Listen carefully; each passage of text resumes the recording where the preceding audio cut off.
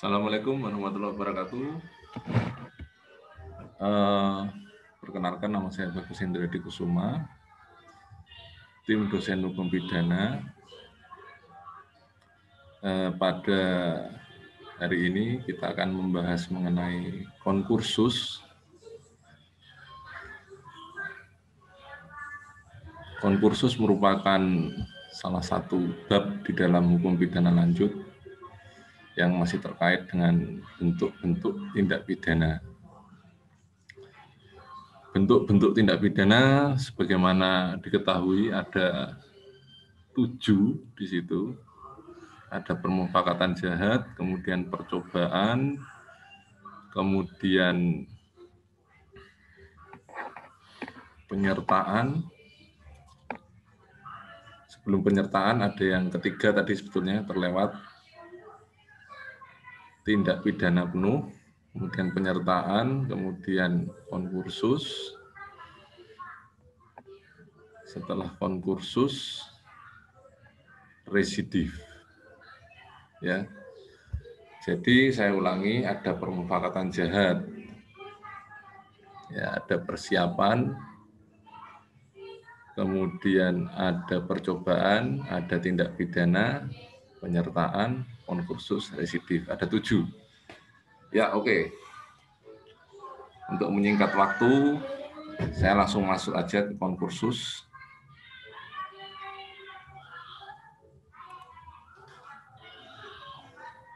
Tunggu sebentar, saya buka file tentang konkursus.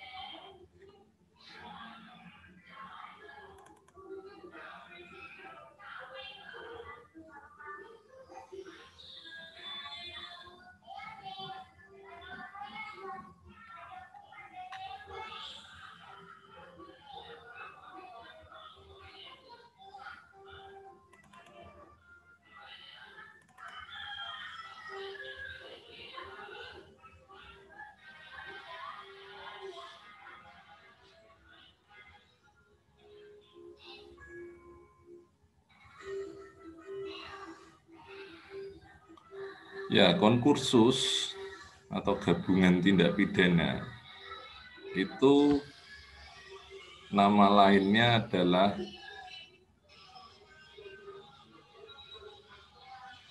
multiple crimes dalam bahasa Inggris, joint crimes,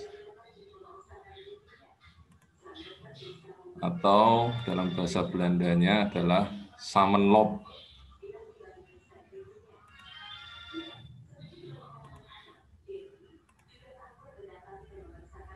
Ya, oke. Tampilan sudah ada.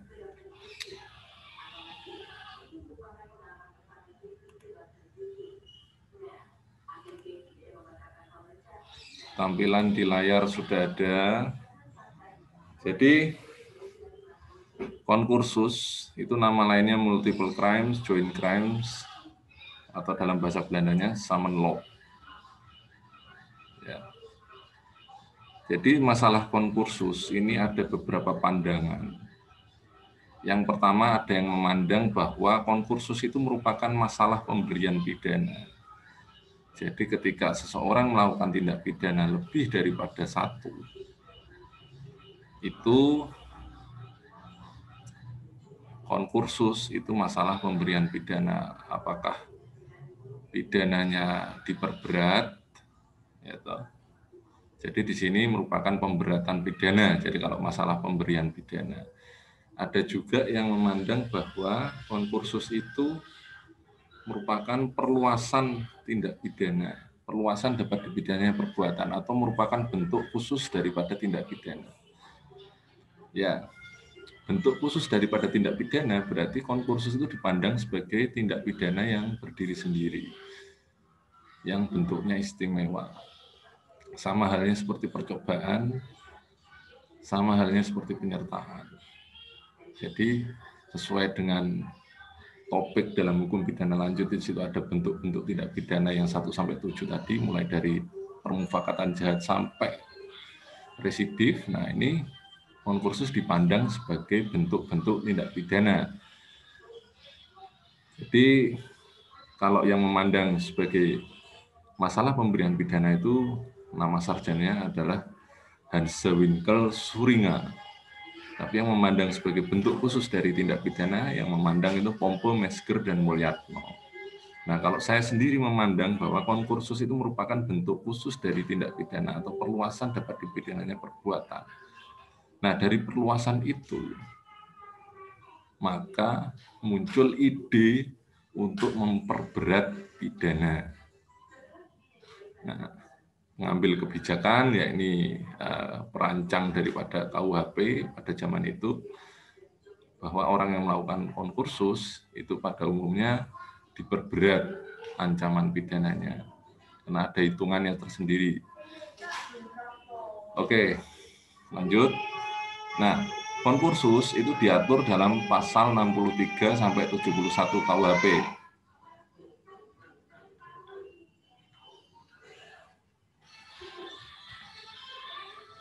Di mana ada beberapa bagian di sini. Yang pertama adalah perbarengan peraturan, yaitu konkursus idealis, ini di pasal 63. Kemudian di perbuatan berlanjut, yaitu delictum continuatum, ya, atau forgazed handling, ini pasal 64, dan kemudian perbarengan perbuatan, yaitu konkursus realis. Ya, karena ini konkursus, ya, perlu diperhatikan, perlu kalian perhatikan bahwa ini tidak mudah, sebab ada hitung-hitungannya tersendiri. Cara menghitung konkursus itu ada hitungannya tersendiri. Nah, dalam pasal di dalam KUHP itu muncul pengertian mengenai apa yang dimaksud konkursus idealis, konkursus realis, ataupun nanti perbuatan berlanjut. Nah, di sini ada beberapa pengertian. Yang pertama, konkursus idealis. Ada konkursus idealis apabila suatu perbuatan masuk dalam lebih dari satu aturan pidana. Jadi contoh katakanlah seseorang memperkosa di jalanan umum. Nah, memperkosa itu ada aturannya tersendiri, yaitu di pasal 285. Di jalanan umum itu ada aturan tersendiri di sana, pasal 281, yaitu melakukan perbuatan melanggar kesusilaan di muka umum. Jadi pemerkosaan di jalanan umum itu ya sama dengan katakanlah yang pertama memenuhi dalam rumusan pasal 285, yaitu barang siapa dengan sengaja memaksa orang lain dengan ancaman kekerasan ataupun kekerasan. Orang lainnya di sini yang disebut adalah wanita, ya. Jadi kalau pria tidak termasuk, itu diancam dengan pidana dengan ancaman, diancam sebagai melakukan perbuatan pemerkosaan dan diancam pidana maksimal 12 tahun. Nah, sementara di jalanan umum, karena memperkosa itu merupakan perbuatan melanggar kesusilaan, maka masuk juga di pasal 281. Yang kedua itu perbuatan berlanjut. Nah, ini ada syarat-syarat di sana di dalam perbuatan berlanjut. Yang pertama, seseorang itu melakukan beberapa perbuatan. Nah, perbuatan tersebut merupakan kejahatan atau pelanggaran. Nah, antara perbuatan-perbuatan tersebut harus dipandang sedemikian rupa sehingga harus dipandang sebagai perbuatan berlanjut. Nah, harus dipandang sedemikian rupa itu apa? Nah, ini MVT memberikan kriteria. Ya, jadi perbuatan berlanjut harus dipandang sedemikian rupa sehingga dipandang sebagai perbuatan berlanjut. Ini ada kriterianya. Yang pertama, harus ada satu keputusan kehendak. Ya. Jadi di dalam orang melakukan suatu perbuatan berlanjut, itu harus ada satu keputusan kehendak dalam dirinya. Nah, itu tercermin dalam apa? Dalam perbuatannya. Masing-masing perbuatan di sini menurut MVT harus sejenis. Dan juga tenggang waktu antara perbuatan-perbuatan itu tidak terlampau lama. Perlu digarisbawahi bahwa tenggang waktunya itu lamanya seberapa atau berapa lama tenggang waktu dari perbuatan-perbuatan yang dipandang sebagai perbuatan berlanjut itu. Tenggang waktunya menurut Ares Hograt, ya saya lupa, tapi saya pernah membaca itu, Ares tahun berapa, bahwa perbuatan berlanjut itu tenggang waktunya antara satu perbuatan dengan perbuatan lain itu maksimal 4 hari. Lebih daripada itu tidak dapat dipandang sebagai perbuatan berlanjut. Nanti jatuhnya konkursus realis. Nah, terus yang berikutnya, harus ada keputusan kehendak. Nah, di sini Profesor Simon itu berpendapat bahwa tidak harus ada kehendak untuk tiap-tiap kejahatan. Jadi, Profesor Simon itu mengatakan bahwa kehendaknya, satu keputusan kehendak ini tidak harus ada kehendak untuk tiap-tiap kejahatan. Misalnya katakanlah di sini, saya masuk ke dalam suatu ruangan, di situ ada HP. Kemudian saya tergerak ingin mengambil HP itu. HP saya ambil. Kemudian yang kedua,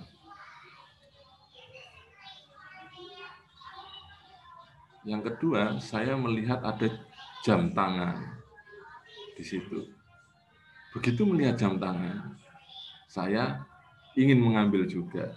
Nah, dari saya mengambil HP, kemudian mengambil jam tangan, itu tidak ada satu keputusan kehendak sebetulnya. Tapi dalam tenggang waktu yang tidak terlalu lama, begitu saya mengambil HP, saya juga mengambil jam tangan.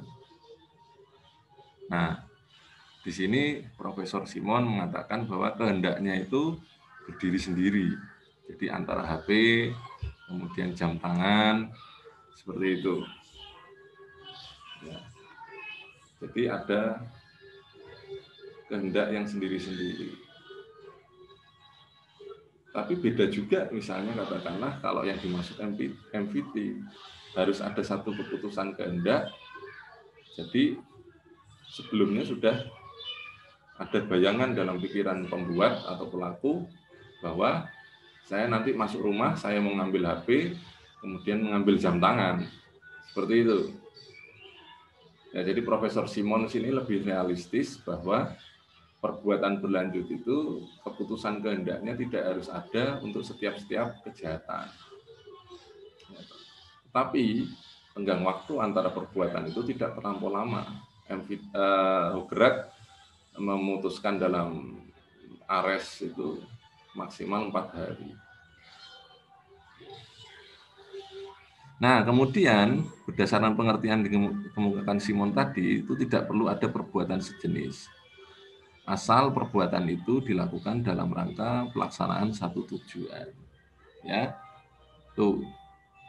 Nah, kemudian yang ketiga terkait dengan konkursus realis. Konkursus realis itu pada prinsipnya seseorang itu melakukan beberapa perbuatan. Tapi di sini dikatakan yang kedua, masing-masing perbuatan itu berdiri sendiri-sendiri sebagai suatu tindak pidana, baik itu kejahatan ataupun pelanggaran. Jadi tidak perlu sejenis atau berhubungan satu sama lain. Nah, ini yang membedakan dengan perbuatan berlanjut. Gitu.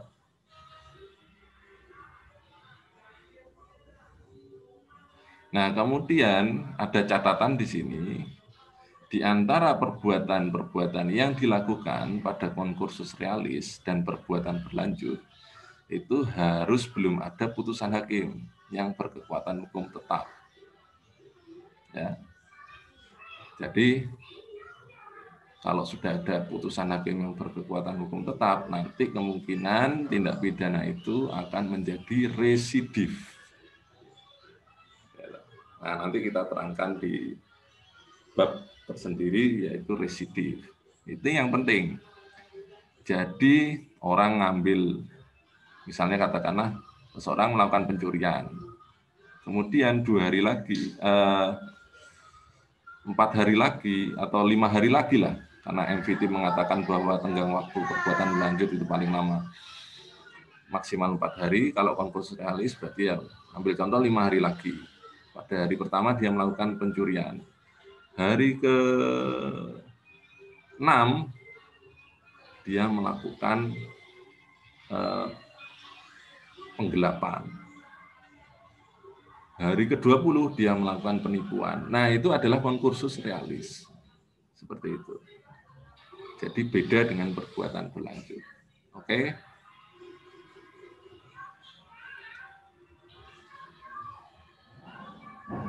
Nah, di sini ada beberapa pendapat sarjana mengenai konkursus.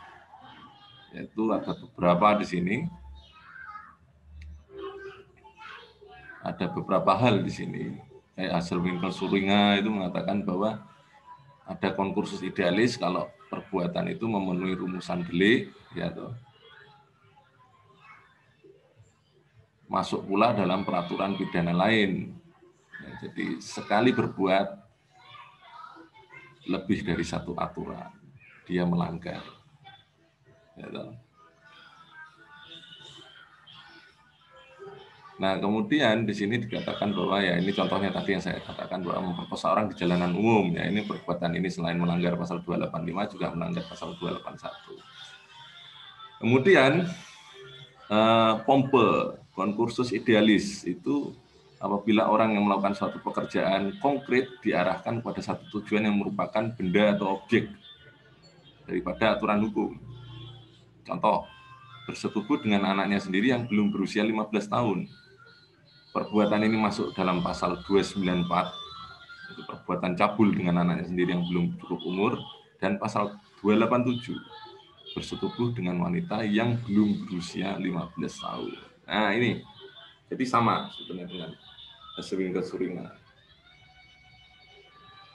Nah kemudian yang lain juga sama, kayak Taverne juga memandang bahwa ada konkursus idealis apabila dipandang dari sudut hukum pidana ada 2 perbuatan atau lebih, dan antara perbuatan itu tidak dapat dipikirkan terlepas satu dengan yang lain.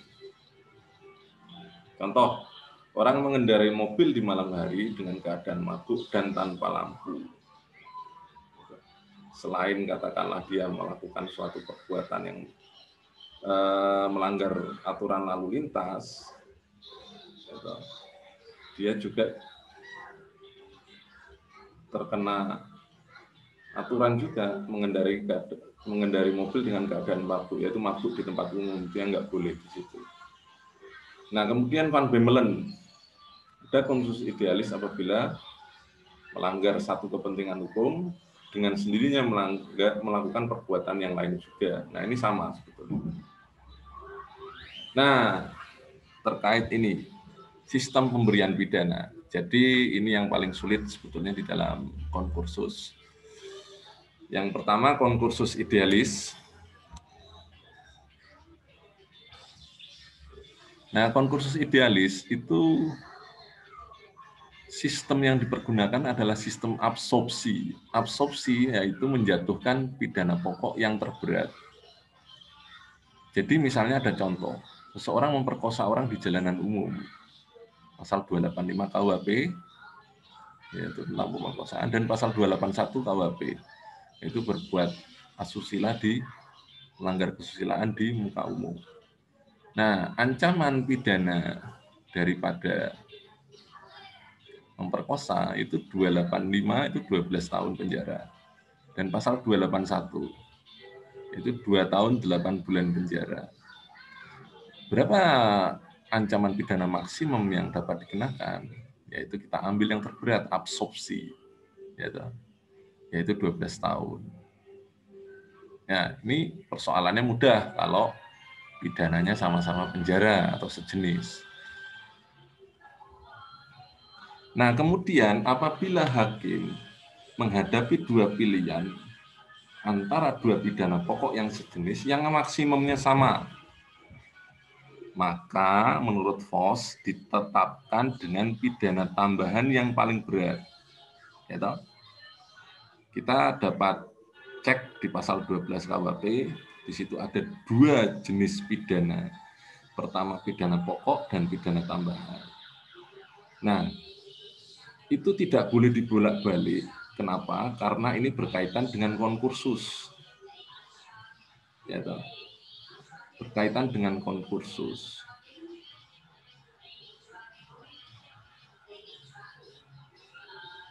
Jadi urut-urutan itu tidak dibolak-balik karena nanti berkaitan dengan konkursus. Yang pertama, pidana pokok itu yang paling ultimate adalah mati.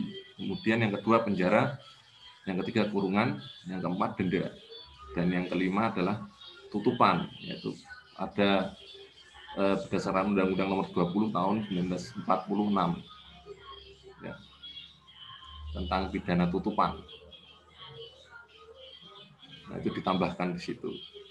Kemudian pidana tambahan di situ ada pidana pencabutan hak-hak tertentu, perampasan barang tertentu, kemudian yang ketiga adalah pengumuman putusan hakim.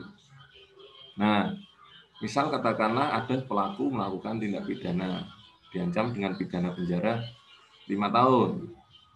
Yang satu katakanlah dia melakukan perbuatan juga, diancam dengan pidana 5 tahun juga. Jadi dia melakukan satu perbuatan masuk dalam 2 aturan pidana yang masing-masing diancam dengan pidana penjara 5 tahun. Nah, kira-kira mana yang dijatuhkan hakim? Apakah 5 tahun itu secara otomatis? Belum tentu juga. Kita lihat pidana tambahannya. Misalnya satu perbuatan yang dilanggar oleh A itu ancaman pidananya penjara 5 tahun. Tapi kemudian ada pidana tambahan di situ untuk pasal yang A istilahnya adalah pencabutan hak tertentu. Yang berikutnya dia melakukan perbuatan yaitu karena dia melakukan perbuatan yang melanggar lebih dari satu aturan, yang satu diancam dengan pidana penjara 5 tahun, kemudian pidana tambahannya adalah pencabutan hak tertentu, yang berikutnya ancaman pidana penjaranya 5 tahun, tetapi pidana tambahannya adalah perampasan hak tertentu. Nah, yang dipilih yang mana? Yang pertama, ancaman pidana penjara yang 5 tahun itu plus dengan pencabutan hak tertentu. Karena di situ dikatakan bahwa ancaman pidana yang terberat, pidana tambahan yang terberat itu yang dipilih. Jadi urut-urutan itu tidak boleh dibolak-balik. Kemudian yang kedua, apabila hakim menghadapi 2 pilihan antara 2 pidana pokok yang tidak sejenis, jadi misalnya si A melakukan satu perbuatan, di mana perbuatan itu diancam dengan pidana penjara 1 tahun. Diancam dengan pidana penjara, katakanlah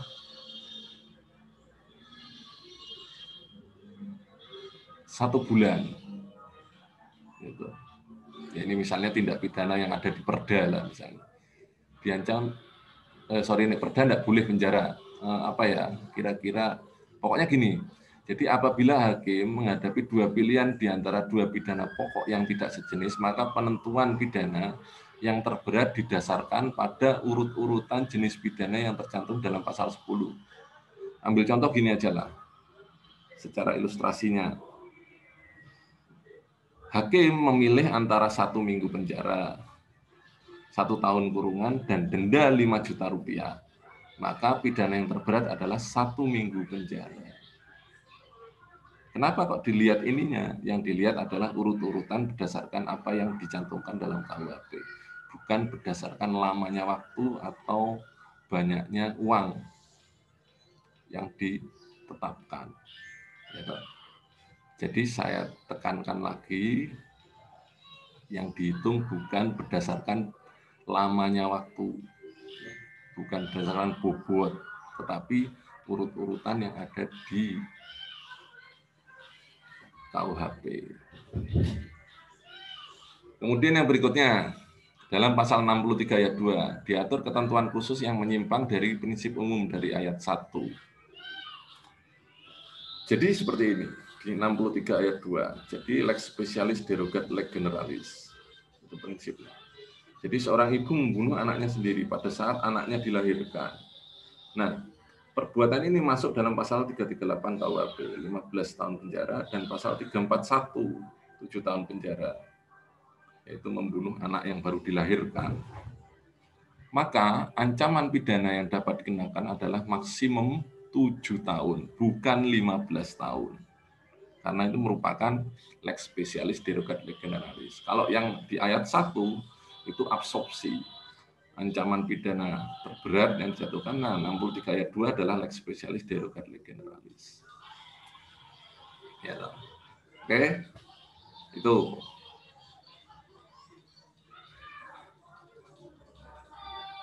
Nah, kemudian perbuatan berlanjut. Nah, ini. Ya, nanti kuliah kita sampai perbuatan berlanjut dulu, kemudian dilanjut minggu depan. Sebab kalau saya terangkan banyak-banyak, nanti kalian pusing. Karena hitungannya hitung-hitungan di sini. Nah, di pasal perbuatan berlanjut, yakni pasal 64, pada prinsipnya berlaku sistem absorpsi, sama dengan yang konkursus idealis.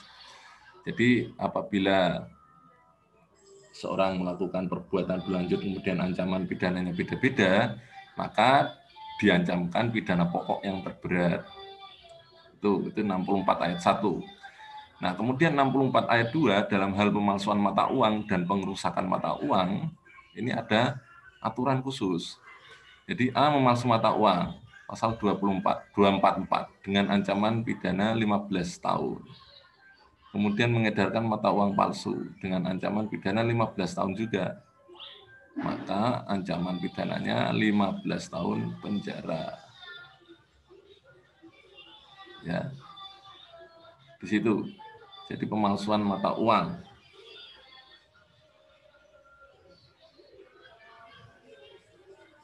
Seperti itu. Khusus mengenai pemalsuan mata uang.